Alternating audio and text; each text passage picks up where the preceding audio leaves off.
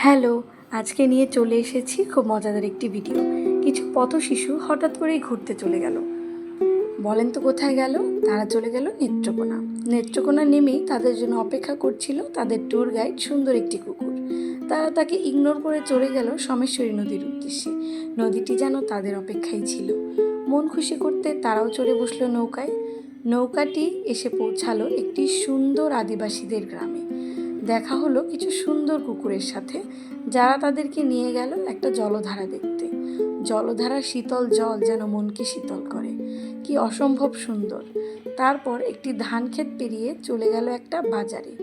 আবার সেখান থেকে পেট ভরে মজার খাওয়া দাওয়া করে এবার রাস্তা দেখতে দেখতে চলে গেল বিরিশিরি সাদা পাহাড়ের উদ্দেশ্যে। পাহাড়টিও তাদের দেখে বেশ খুশি হলো। এই সুন্দর পাহাড়টিকে বিদায় জানিয়ে তারা তাদের আরেকটি গন্তব্যের উদ্দেশ্যে রওনা হলো। দুই দিকে সুন্দর পাহাড় দেখতে দেখতে মাঝে একটু চায়ের বিরতি নিল তারা। ক্লান্ত শরীর, সারাটা দিন জার্নি, তবে চা খেয়ে তারা অনেক এনার্জেটিক ফিল করছিল। চা খেয়ে তারপর তারা চলে গেল তাদের আরেকটি গন্তব্যে, ভারত বাংলাদেশের জিরো পয়েন্ট। জিরো পয়েন্টের সৌন্দর্যটা ছিল অদ্ভুত। বাংলাদেশ শেষ, ভারতের শুরু। অনেক সুন্দর সুন্দর পাহাড়, যেগুলো হয়তো ওখানে না গেলে দেখা যেত না। সবাই আবার ক্লান্ত শরীরে কাউন্টারের উদ্দেশ্যে যাত্রা শুরু করলো।